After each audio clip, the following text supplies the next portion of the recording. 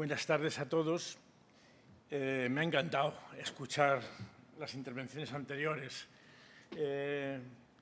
porque entroncan bastante con algunas de las cosas que quiero comentar y que quiero plantear en esta charla. He querido ilustrar la carátula de esta presentación con dos fotos del Estadio Olímpico de Atenas, primeros Juegos Olímpicos, y en el que participaron 14 países y muy poquitos atletas, muy poquitos deportistas, y una foto del estadio de Tokio para los Juegos de 2020 que se han celebrado en el 21. Bueno, este es el guión de lo que seguiré en esta charla, pero quiero empezar con una reflexión que yo creo que es bastante oportuna y más en este momento y mucho más después de haber oído las últimas palabras del conferenciante anterior, que me han encantado, por cierto. Los Juegos Olímpicos actuales, los que conocemos, los Juegos Olímpicos modernos, nacieron hace 125 años exactamente, en Atenas en 1896, es decir, 125 años exactos. Pero era una rememoración muy tácticamente buscada por Coubertin, su creador, de los Juegos Olímpicos clásicos. Los Juegos Olímpicos clásicos, los que se celebraban en Olimpia siempre, aproximadamente tienen su origen, porque no está tan claro, pero aproximadamente en el siglo VIII a.C. y se acaban en el siglo IV después de Cristo, es decir, duraron aproximadamente 1200 años. Nacen bajo la cultura griega y acaban en el Imperio Romano, celebrándose siempre en Olimpia, pero bajo el dominio del Imperio Romano, con la cultura griega superada por el vencedor que era el Imperio Romano. Los Juegos Olímpicos clásicos no tenían prácticamente espectadores. Eran exclusivamente los deportistas los que competían. Estaban prohibidos a los esclavos, que eran la mayoría, y a las mujeres. Eran exclusivamente para los seres libres hombres. Es decir, eran unos juegos sin espectadores prácticamente. También es cierto que no se parecían mucho a los actuales, eran prácticamente una ceremonia religiosa, o tenían que ver mucho con una ceremonia religiosa. Era una ofrenda a los dioses para que la próxima Olimpiada fuese fructífera. Olimpiada 4 años, se celebraba cada celebración era el comienzo de una nueva Olimpiada, era una ofrenda a los dioses. Los Juegos clásicos terminan 1200 años después, es decir, 12 siglos después, terminan bajo el Imperio Romano en el que solamente compiten los esclavos y solamente son libres los espectadores. Es decir, se ha dado la vuelta a la tortilla totalmente. El que compite es el gladiador, que compite por necesidad para salvar su vida, el que compite es el cristiano contra el león o el gladiador contra el león, contra un animal. Es decir, se va haciendo cada vez un espectáculo más heavy porque al que hay que contentar es al ser libre, es el que está en la grada. Es decir, se pasa en estos 1200 años, que no son pocos, se pasa de que el ser libre es el que compite, el ser libre está en la grada y el esclavo es el que compite. Es decir, se había creado unos juegos exclusivamente para espectadores y muy dominados por los espectadores. Estos juegos acabaron porque sus excesos así aconsejaron su fin. Teodosio IV acabó con los Juegos Olímpicos porque era un espectáculo sangriento y bastante denigrante. Esto a forma de introducción. ¿Cómo nace el nuevo olimpismo? El nuevo olimpismo nace como una idea pedagógica, como una idea puramente pedagógica. Y nace para introducir o tratar de introducir el deporte en el sistema educativo francés en principio y universal posteriormente. Esa es la gran idea de Coubertin. La gran idea de Coubertin era lograr introducir el deporte en el sistema educativo francés. Es una historia que no tendré tiempo de contar en este momento, pero básicamente a él lo que se le pide es una modificación, una propuesta de modificación del sistema educativo francés en un momento en que Inglaterra y Alemania sobrepasan económicamente a la Francia del siglo XIX, de la segunda parte del siglo XIX, que había sido todopoderosa a principios del siglo y que al final del siglo ya no lo era tanto.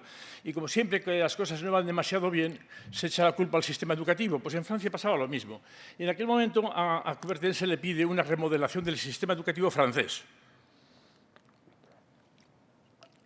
Y él trata de estudiar el sistema educativo o las modificaciones educativas que había en Inglaterra y en las universidades del este de Estados Unidos. Él al final lo que propone es él propone un sistema en el que la educación esté basada en una serie de aprendizaje de 5 valores, lo que él llama 5 valores básicos. Él piensa que el aprendizaje de los ríos y de los montes y de las matemáticas es necesario, pero que más importante es que se enseñe a los niños a tener iniciativa, que se enseñe responsabilidad, que se enseñe intensidad en el esfuerzo. Yo he puesto en esa foto, he puesto ahí los 5 valores de los que él habla en un libro que escribió que se llama Pedagogía Deportiva, lo escribió en 1925, muy posterior a lo que estoy hablando en este momento, pero bueno, él lo recoge después en un libro de 1920, escrito en 1921, Pedagogía Deportiva.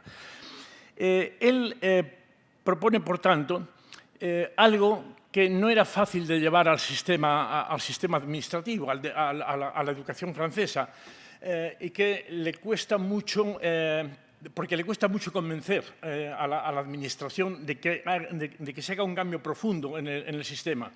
Sin embargo, consiguió organizar unos Juegos Escolares en París.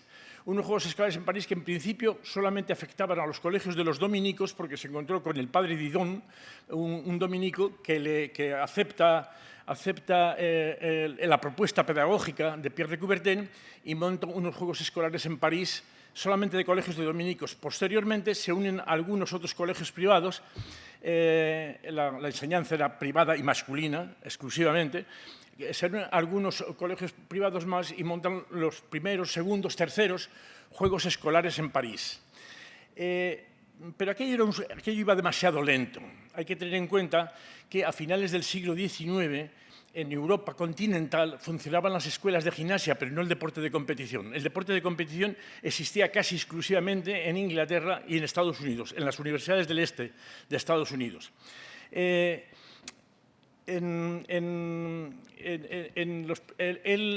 un momento determinado, en el año 1894, crea un congreso de pedagogía deportiva, así se llamó, un congreso de pedagogía deportiva en la Sorbona, y en uno de los puntos de ese congreso, el cuarto o quinto punto, casi al final, propone la recreación de los Juegos Olímpicos. Bueno, aquello se aprobó, pero nadie sabía muy bien lo que era. Los Juegos Olímpicos, desde el siglo IV, y estamos hablando del siglo XIX, no existían. Es decir, hacía 1500 años que no había Juegos Olímpicos. Entonces, se aprueban los Juegos Olímpicos e incluso en aquel congreso se elige a un presidente del Comité Olímpico Internacional que en ese momento se monta. Era Demetrios Vikelas, el primer presidente, un griego, y se decide que los primeros Juegos Olímpicos se hagan 2 años más tarde en Grecia. Bueno, pues de esta forma se inician los nuevos Juegos Olímpicos, los Juegos Olímpicos actuales. Y se inician con una idea puramente pedagógica. Era un instrumento para popularizar el deporte, exclusivamente un instrumento para popularizar, hacer popular el deporte y que fuese conocido, para poder ser introducido en el sistema educativo. De tal forma es así que la propuesta de Coubertin, que se llevó a cabo durante prácticamente 60 años, era cada 4 años Juegos Olímpicos, cada 4 años en medio de los Juegos Olímpicos, es decir, 2 años después de cada juego, congreso pedagógico, en el que se evaluaban los juegos anteriores y la repercusión que habían tenido. Para Coubertin había una idea básica en el olimpismo, y era el concepto de euritmia, que era la conexión del deportista con el espectador, la armonía del deportista con el espectador, porque en definitiva el deportista tenía la misión de conquistar al espectador para que el espectador hiciese deporte. No tenía otro sentido. Había que hacer que hubiese cada vez más deportistas. Era una forma de publicidad.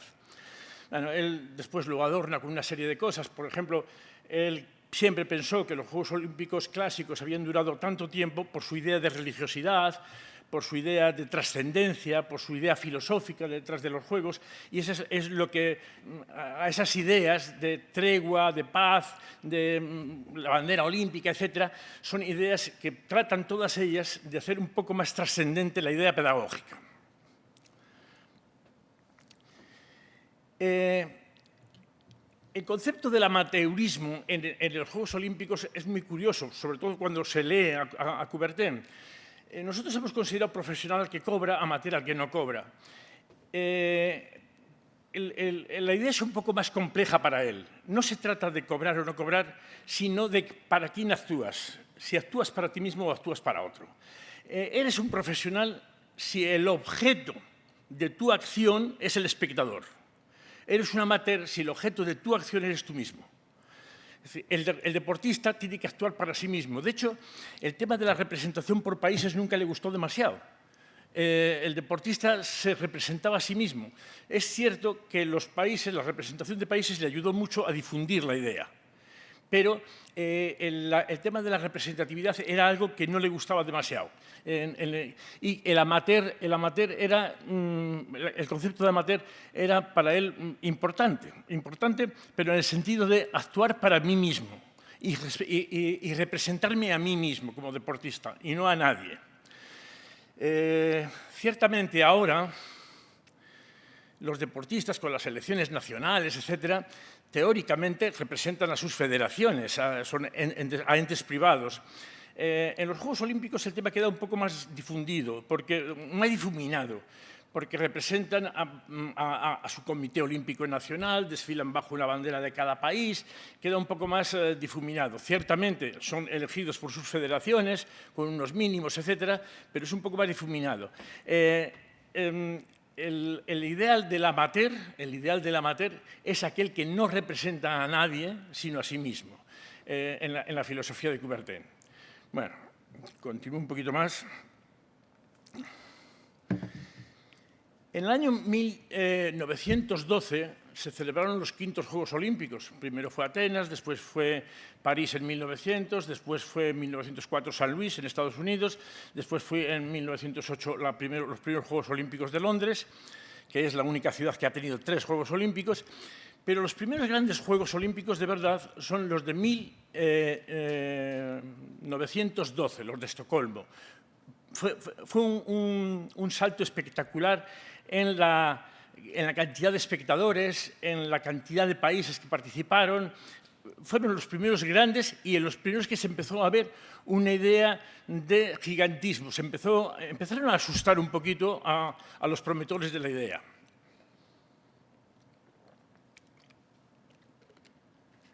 En 1913, al año siguiente de los Juegos, una reflexión que Coubertin hacía de cara al Congreso Pedagógico que vendría exactamente después, decía: el espectador es el gran enemigo del amateurismo y el principal agente del espíritu profesional.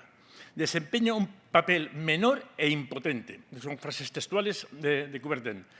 Además, el olimpismo evoca, sobre todo desde el año pasado, se refiere a los Juegos de Estocolmo, el espectro de un nuevo tipo de profesionalismo que cabría denominar el profesionalismo patriótico. Eso sí que le asustaba de verdad. La antigua Grecia lo conoció y no sabemos bien si pudo solucionarlo. Las apariencias indican más bien que se acomodó a él como a un mal necesario.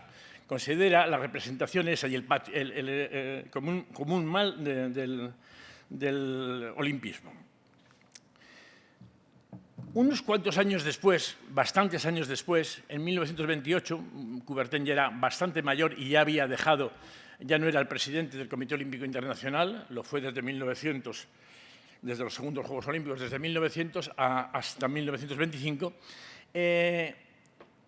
en el 28, exactamente 9 años antes de su fallecimiento, en el 37, volví a escribir sobre los espectadores diciendo: cuando se hayan puesto gradas para 40.000 espectadores, se querrá también llenar las curvas que atraen a la multitud, y para atraerla habrá que baquetearla.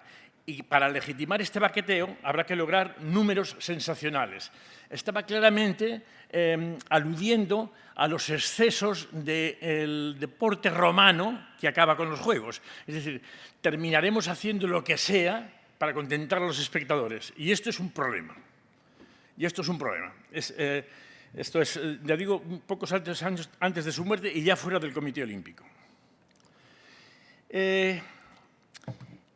Los Juegos Olímpicos han tenido como consecuencia de esa visibilidad y de esa búsqueda de espectadores permanente, que ya no son los 80.000 del estadio, pero sí son los 4.000 millones de espectadores mundiales que dicen que vieron la inauguración de los Juegos de Londres, por ejemplo, ¿no?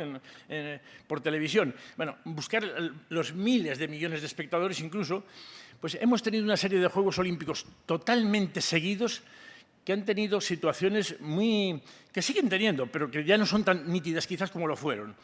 En el 1936 fueron los Juegos Olímpicos de Berlín, con el gobierno del Tercer Reich. Cuando sube al poder Hitler, los Juegos Olímpicos habían sido concedidos a Berlín aproximadamente 2 meses antes del ascenso al poder de Hitler. Hitler estaba en contra de los Juegos Olímpicos. Estuvo en contra de la candidatura y estaba en contra de los Juegos Olímpicos. Incluso algunos de los principales ideólogos nazis, como Rosberg o como Steinberg, decían que, refiriéndose a los Juegos Olímpicos del año anteriores, de 1928 en Los Ángeles, lo calificaban de infame espectáculo judío. Hitler estaba, por tanto, era partidario de no hacerlos, de eliminarlos, de no hacer los Juegos Olímpicos, que habían sido de retirar la candidatura de Berlín, aunque estaba ya decidida. Sin embargo, fue su ministro de propaganda, todopoderoso Joseph Goebbels, quien le convence de que hay que hacer los Juegos Olímpicos porque es una gran oportunidad de dar publicidad de la capacidad del gobierno nazi y de la pujanza de Alemania bajo el gobierno nazi a todo el mundo. De hecho, fueron los primeros juegos televisados, muy mal televisados, porque no se vieron más que rayas, dicen. De hecho, pasan por ser los primeros televisados los del 48 en Londres. Pero en realidad aquí ya hubo un intento importante de televisar los Juegos, en el 36. Y de hecho, la primera gran película sobre unos Juegos Olímpicos es de Leni Riefenstahl sobre los Juegos de Berlín. Es decir, fueron una gran publicidad. Y Goebbels consigue convencer a Hitler de que hay que celebrar los Juegos solamente por la publicidad que ha conseguido Italia ganando el Campeonato del Mundo de fútbol anterior. O sea, todo el mundo se ha enterado de cómo es Italia, de cómo está Italia, porque ha ganado un campeonato del mundo. Tenemos que celebrar los Juegos. Era pura publicidad nacional. Después de Berlín, y a causa de la Guerra Mundial, de la Segunda Guerra Mundial, hubo 2 ediciones de 2 Olimpiadas que no se celebraron. La que tendría que haberse celebrado en el 40 y en el 44. Por cierto, la del 40 estaba designada a Tokio también. Bueno, pues no se celebraron. Y los siguientes Juegos Olímpicos son en el 48. Pura propaganda política también. Se celebran en Londres, país ganador, del eje ganador, y donde no participan ninguno de los derrotados ni Rusia. Es decir, no participan los de los países Alemania y sus aliados no participaron, ni Rusia tampoco. Es decir, eran unos juegos en los que fue una especie de festival, bueno, también se les llama los Juegos de la Tristeza o los Juegos del Hambre, porque se hicieron unas circunstancias económicas muy precarias, pero era nuevamente una publicidad del vencedor. En Helsinki, el 52, son los primeros Juegos Olímpicos en los que Finlandia compite con bandera propia. Hasta entonces habían participado sus deportistas bajo bandera rusa. Aquí participan como país independiente. Por eso se le otorgan los Juegos a Helsinki. Es decir, el país que ha logrado la independencia del opresor que encima está en el otro lado, ¿no? Del telón. Melbourne son los primeros Juegos Olímpicos de Australia y también los primeros del hemisferio sur. Era también un empeño de Australia de darse a conocer al mundo. Roma 1960 son los primeros Juegos Olímpicos de Roma después de un fiasco tremendo en 1908, cuando 2 meses antes de los Juegos Olímpicos retiró su candidatura. Se había convertido Italia no solamente en un perdedor de la Segunda Guerra Mundial, sino en un país maldito para el olimpismo. Y los Juegos de Roma era una reivindicación de Italia con respecto al mundo. Tokio 1964 son los Juegos, dicen, de la explosión económica de la guerra Puma-Adidas, una guerra tremenda que tiene una repercusión en el deporte como no os podéis ni imaginar. La ha tenido, como no os podéis ni imaginar. Bueno, pues esa guerra empieza ahí. Es una guerra familiar y una guerra de poder. Bueno, pues comienza en ese momento. Y después ya vienen los tristes Juegos Olímpicos, que yo los he puesto aquí bajo el título de Sangre y boicots. México 68, la matanza televisada de la Plaza de las Tres Culturas, por protesta estudiantil del año 68, justamente antes de los Juegos. Son los Juegos también del Black Power, es decir, son juegos muy reivindicativos. Los de Múnich del 72, con la matanza del Septiembre Negro, que también se ha comentado, del grupo palestino del Septiembre Negro, en el que terminan secuestrando a los atletas israelíes y acaba con una matanza en el aeropuerto. En Montreal 76, el boicot completo de los países africanos, liderado por Idi Amin Dada. El boicot también de China a la China comunista, a la presencia de China de Formosa, de la China nacionalista. En fin, los Juegos de Moscú, boicoteados por Estados Unidos y por los países occidentales, liderado en aquel momento por Jimmy Carter, el boicot, y la respuesta rusa en el 82 de Andrei Gromyko, boicoteando los juegos por parte del bloque del Este, boicoteando los Juegos de Los Ángeles. Quizás el gran mérito de Samaranch haya sido, porque Samaranch entra como presidente del Comité Olímpico Internacional en 1980 y ya se encuentra con los Juegos de Los Ángeles en marcha, sea haber normalizado eso, haber normalizado las siguientes ediciones y haber dotado al Comité Olímpico Internacional de presupuesto suficiente como para hacer unos Juegos, un comité olímpico no dependiente. Ese puede ser el gran mérito, pero el gran demérito es que desde entonces a ahora los Juegos se han dedicado a contentar absolutamente no solamente al organizador, sino también al espectador.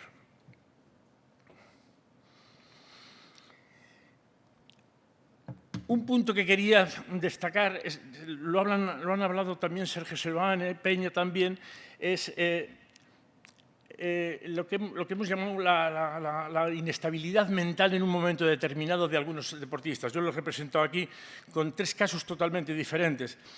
El espectador parece que no influye decisivamente en el resultado. El calor del público puede existir, pero en Río se baten 19 récords olímpicos y en Tokio, sin espectadores, se han batido 19 récords olímpicos.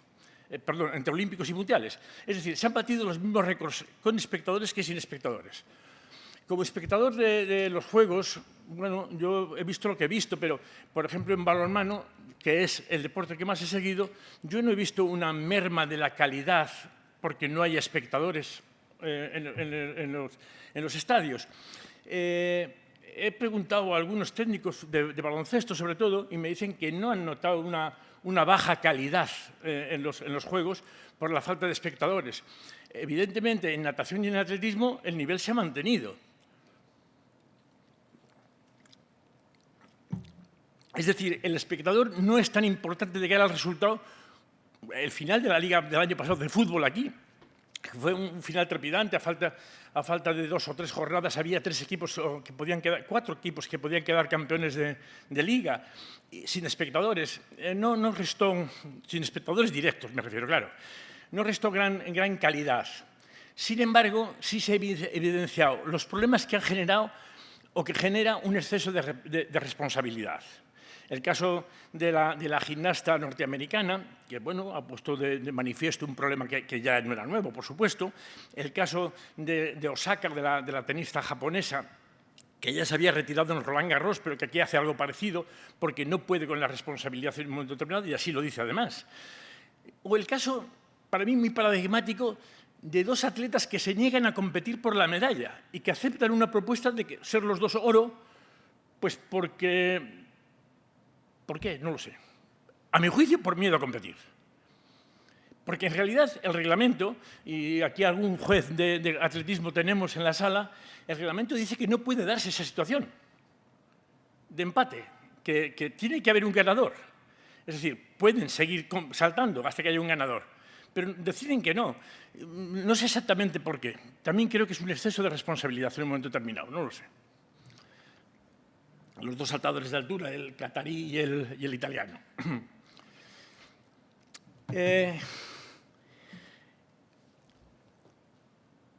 Los Juegos de Tokio, dos juegos efectivamente aplazados y a puerta cerrada, se brindan, creo yo, a la reflexión en bastantes cosas. Yo he querido destacar aquí 4, seguramente hay muchas más, y ustedes seguro que conocen algunas, aceptarían alguna reflexión sobre algún tema más. Son juegos que no se han celebrado. La palabra celebración era como una especie de cuestión maldita. Tanto en la presentación en la jornada inaugural, en la presentación de los Juegos, se huyó se huía decididamente del término celebración. Los Juegos Olímpicos siempre se han celebrado, es una celebración. Aquí se huía de esa palabra, era una palabra maldita. Concretamente, la presidenta del comité organizador local, Seiko Hashimoto, dijo exactamente: estoy feliz de darle la bienvenida a esta ceremonia de apertura. No a esta celebración, porque la palabra que era maldita claramente, y así además lo hacían ver la prensa japonesa. Los Juegos de Tokio 2020 finalmente están aquí, la ilusión se hizo tan grande que pudimos superar los obstáculos.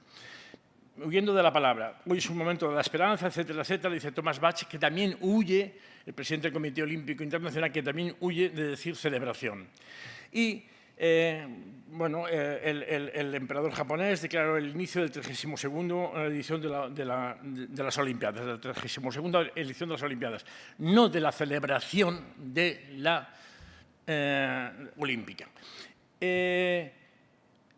El principal sponsor de los Juegos, tan solo un mes antes, le pedía al gobierno japonés que los retirase. Yo estoy muy de acuerdo con lo que ha dicho Peña. Los Juegos debían celebrarse, y se han celebrado. Pero, sin embargo, no han tenido el apoyo popular por la pandemia o por razones que fuesen, no han tenido el apoyo popular que había venido siendo clásico en celebraciones anteriores. Y que además creo que de una forma u otra ese espíritu crítico ha calado incluso en París en este momento, que es donde se van a celebrar los Juegos siguientes. Segunda cuestión es la tendencia a la paridad y a la igualdad hombres y mujeres. Bueno, en estos Juegos casi ha sido conseguido, ¿no? 51% de hombres, 48 y pico de mujeres, 5.799 hombres, 5.527 mujeres. La paridad prácticamente está conseguida. París, el otro día leí unas declaraciones en Internet, el comité organizador garantiza que habrá el 50% de hombres y el 50% de mujeres en los Juegos próximos, en el 23. Bueno, aquí he puesto una pequeña los primeros Juegos, una comparativa de 100 años de transición, ¿no? Desde los Juegos de 1900, a los del 2000 en Sydney, pues bueno, pues se ve que se pasa de 7 mujeres en los primeros a siendo un porcentaje ridículo, inexistente, a la paridad prácticamente actual. Esas son las cifras. Pero la paridad más importante no es esta, porque esta se ha ido controlando bastante fácilmente en los últimos años. Se ha ido controlando porque el Comité Olímpico Internacional ha propuesto las pruebas necesarias para que se pueda ir igualando. A mí me parece casi más importante el que haya habido el doble de pruebas mixtas que en los Juegos anteriores. De 9 pruebas mixtas han pasado a 18. De hecho, una de las medallas de oro españolas es una prueba mixta que no existía en el tiro al plato, tiro olímpico de hombres y mujeres. Ahí vemos una foto del 4x400 de atletismo que ganó Polonia, bastante sorpresivamente, por cierto, también mixto. Es una de las pruebas mixtas nuevas. Las pruebas mixtas, unas declaraciones del director de deportes del COI, damos realmente un gran paso hacia la paridad hombres-mujeres con un programa que marca también nuestro acercamiento hacia deportes jóvenes y urbanos. Efectivamente, no solamente deportes mixtos, sino yendo hacia deportes jóvenes y urbanos, es decir, hacia la captación de un nuevo espectador. Esto está bien desde un punto de vista económico, sin duda, y posiblemente vayamos a los juegos electrónicos, etc. Creo que así va a ser, pero a meter juegos electrónicos. Pero eso es también una concesión al espectador. Es una concesión claramente al espectador. En Tokio se dio una circunstancia muy curiosa de la que no se ha hablado demasiado, pero tan solo unos meses antes de los Juegos Olímpicos dimitió y fue sustituido, lo dimitieron y fue sustituido el presidente del comité organizador. Solamente por unas declaraciones en las que decía, bueno, criticaba que en las reuniones con muchas mujeres se retrasaban demasiado. Entonces, esas declaraciones sirvieron para que fuese inmediatamente cesado y sustituido por una mujer, por la ministra responsable del deporte. Es decir, hacia el trato igualitario se ha ido por varias vías, no solamente por la paridad en la representación, sino con otro tipo de manifestaciones y de acciones.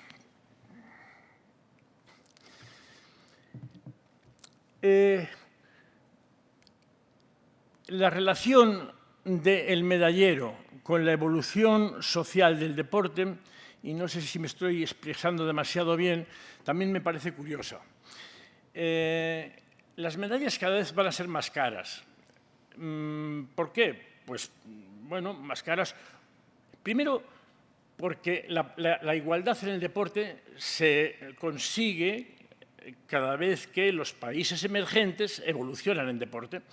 Acabamos de ver un campeonato de Europa de fútbol en el que la final y las semifinales todo eran empates y se acababa con el lanzamiento de penaltis. Supongo que eso está... Supongo no, estoy seguro que eso está haciendo que en este momento se revisen algunas cuestiones reglamentarias en el fútbol, porque no puede ser que todos los partidos en una Eurocopa acaben en lanzamiento de penaltis, incluida la final, ¿no? Bueno, pero ¿eso qué indica? Eso indica que los países que antes perdían siempre, ya no pierden siempre, son países que son capaces de empatar con otros que tienen mucha más historia en un deporte determinado. Aquí pasa lo mismo. El número de países que ha competido en Tokio han sido de 205 países. Todos los invitados han ido, es decir, todos los países del mundo. Quizás los únicos que no han mandado representación, que además han puesto como excusa a la pandemia, han sido Guinea-Conakry y Corea del Norte. Todos los demás han estado presentes, al margen de algunas delegaciones de refugiados, etc.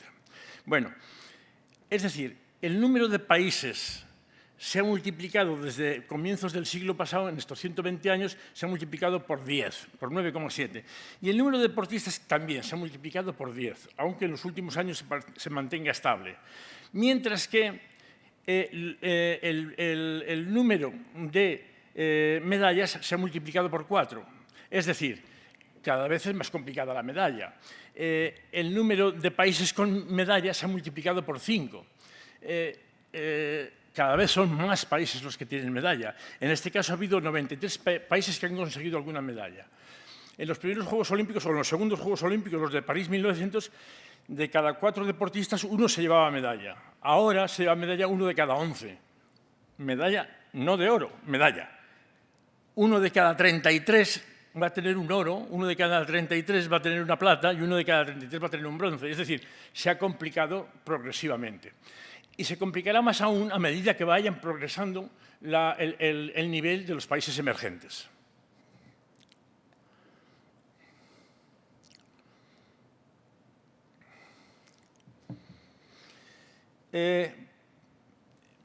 Una cuestión de un cierto interés que también, a la que también ha aludido quien me ha precedido. Es muy difícil saber cuál es el presupuesto de unos Juegos Olímpicos. De hecho, te metes en Internet y tienes opiniones para todos los gustos. Las del Comité Olímpico Internacional tiene su baremo, el comité organizador el suyo. Pero bueno, las cifras que yo pongo aquí son más o menos aproximadas. En Atenas 2004 el presupuesto fue de unos 10.000 millones. En Beijing es absolutamente desconocido, pero desmadrado. Hay quien habla de 30.000 millones, hay quien habla de 40.000 millones. Lo de Beijing fue una absoluta locura. De hecho, ahora mismo, cuando se habla de los elefantes blancos, que es una forma de referirse a las grandes instalaciones que no sirven para nada, el gran elefante blanco del deporte sigue siendo el Nido de Pájaro, quizás el estadio más fabuloso que se haya construido jamás, por lo menos hasta ese momento, desde luego lo era. Y el Nido de Pájaro se ha abierto, el famoso Estadio Olímpico de Beijing, el Nido de Pájaro, entre el 2008 y el 2012 se había abierto en 4 ocasiones. En 4 ocasiones. A una por año. Es decir, un elefante blanco, es decir, algo que no sirve exactamente para casi nada. En Londres los Juegos estuvieron en torno a los 15.000 millones, de los cuales ellos siempre han hablado de una importante recuperación de ese dinero. Pero bueno, en torno a los 15.000 millones. Río de Janeiro en torno a los 13.000 millones, Tokio en torno a los 15.000 millones. Bueno,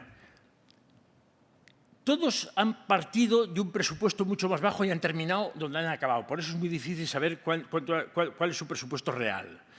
¿Cuál es su presupuesto real? Lo que sí es cierto es que con estos presupuestos, pues bueno, pues no todo el mundo puede enfrentarse a una realización olímpica, ni mucho menos. El olimpismo está llevando un camino hacia la disminución, y además bastante drástica, de los países y de las ciudades que tienen capacidad para acoger unos Juegos Olímpicos. Y, bueno, París ha hecho un presupuesto de 4.500 millones, es decir, la tercera parte aproximadamente que los anteriores. Pero lo que más noticiable me parece es que la semana pasada ha disminuido en 300 millones el presupuesto inicial. Ya lo subirá progresivamente quizás, pero la semana pasada el comité organizador aprobó una disminución de 300 millones del presupuesto original, que era de 4.800 y pico, lo ha dejado de 4.700 y pico, lo ha dejado en 4.500 y pico.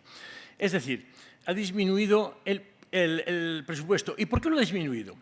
Pues posiblemente lo ha disminuido porque hay una cierta crítica que existe en la sociedad francesa a hacer un evento de 15.000 millones. Hacer un evento de 15.000 millones. Unos juegos que han salido bien, como los de Tokio, que han salido bien, sin espectadores, también indican que no hay por qué hacer un estadio para 80.000, que se pueden hacer en un estadio bastante más pequeño los juegos, que se pueden hacer en instalaciones bastante más pequeñas, bastante más pensadas en el deporte y en la televisión, si queréis, o en la prensa, si queréis, pero no exactamente en la grada, porque eso es una auténtica locura.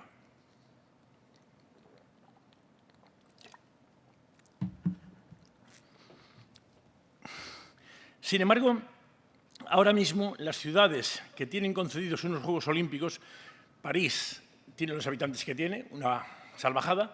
Detrás de París van Los Ángeles, que abordará también sus terceros Juegos Olímpicos, 1904, 1932 y los del 2028, abordará sus terceros Juegos Olímpicos.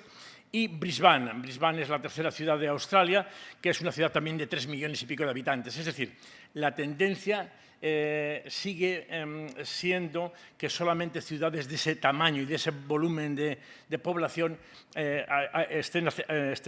tengan juegos concedidos. Sin embargo, si los Juegos de París logran sobrellevarse, logran ponerse en marcha y logran hacerse con dignidad, con un presupuesto de 4.500 millones, es muy posible que se esté abriendo una posibilidad a otras muchas ciudades. Y esto, bueno, pues ya hemos visto que es posible cuando, por ejemplo, tenemos... es totalmente posible porque el modelo deportivo está cambiando radicalmente, porque en los Juegos no pueden hacerse ni los Juegos Olímpicos ni el deporte en general exclusivamente para el espectador directo, exclusivamente.